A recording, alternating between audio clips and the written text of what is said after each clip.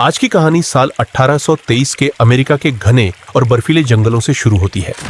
यहाँ पर जानवरों की खाल का व्यापार करने वाली एक टोली कई महीनों से जंगल में शिकार कर रही होती है। इस टोली का सबसे अनुभवी शिकारी ह्यू ग्लास होता है। उसे जंगल के हर रास्ते और हर खतरे की अच्छी जानकारी होती है। उसके साथ उसका बेटा हॉक भी होता है, जो आधा नेटिव अमेरिकन है। इसी वजह से कुछ लोग उसे पसंद नहीं करते। एक दिन सभी लोग अपने कैंप में आराम कर रहे होते हैं, लेकिन उसके पहुंचने से पहले ही एरिकारा जनजाति के योद्धा अचानक हमला कर देते हैं। चारों तरफ तीरों की बारिश शुरू हो जाती है। कई शिकारी कुछ समझ ही नहीं पाते और वहीं मारे जाते हैं। पूरा कैंप कुछ ही मिनटों में तबाह हो जाता है।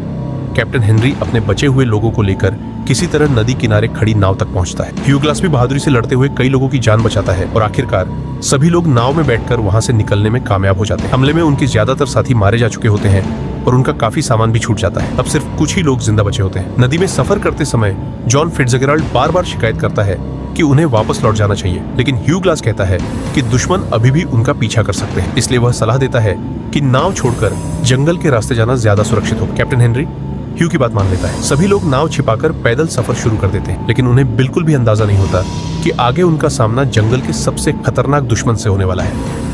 आगे क्या होगा? क्या यह फैसला सही साबित होगा या सभी लोग और बड़ी मुसीबत में फंसने वाले हैं? सभी लोग बर्फ से ढके जंगल में धीरे धीरे आगे बढ़ रहे होते हैं। हर किसी के कंधे पर भारी सामान होता है। चारों तरफ गहरी खामोशी होती है। सिर्फ बर्फ पर पड़ते कदमों की आवाज सुनाई देती है। ह्यू ग्लास हमेशा की तरह सबसे आगे चल रहा होता है। वह हर थोड़ी देर में जमीन पर बने निशानों को देखता है और आसपास का जायजा लेता रहता है। उसे जंगल की हर छोटी बड़ी चीज पर नजर रखने की आदत होती है। रास्ते में हॉक अपने पिता के पास आता है और उनसे पूछता है कि क्या अभी भी खतरा हो सकता है। ह्यू उसे समझाता है कि इस जंगल में इंसान को कभी भी लापरवाह नहीं होना चाहिए। ह्यू धीरे धीरे कुछ कदम आगे बढ़ता है। तभी उसकी नजर दो छोटे ग्रिजली भालू के बच्चों पर पड़ती है। उन्हें देखकर वह तुरंत समझ जाता है कि उनकी मां भी यहीं कहीं आसपास होगी। वह बिना कोई आवाज किए धीरे धीरे पीछे हटने लगता है ताकि भालू को किसी तरह का खतरा महसूस ना हो। लेकिन अगले ही पल झाड़ियों के पीछे से एक विशाल ग्रिजली भालू पूरी रफ्तार से उसकी तरफ दौड़ पड़ता है। ह्यू संभल पाता उससे पहले ही भालू उसे जोरदार टक्कर मारकर जमीन पर गिरा देता है। दूर खड़े उसके साथ ही सिर्फ तेज आवाज सुन पाते हैं। सब एक दूसरे की तरफ देखते हैं और समझ जाते हैं कि ह्यू किसी बड़ी मुसीबत में फंस गया है। कैप्टन हेनरी तुरंत सभी को सावधानी से आगे बढ़ने का आदेश देता है, जबकि ह्यू उस विशाल भालू के सामने बिल्कुल अकेला होता है। ग्रिजली भालू पूरी ताकत से ह्यू ग्लास पर हमला करता है। ह्यू खुद को बचाने की कोशिश करता है, लेकिन भालू उसे दोबारा जमीन पर गिरा देता है। उसकी बंदूक दूर जाकर गिर जाती है और अब उसके पास बचाव का कोई आसान तरीका नहीं होता। ह्यू दोनों हाथों से भालू को खुद से दूर करने की कोशिश करता है, लेकिन भालू लगातार उस पर हावी रहता है।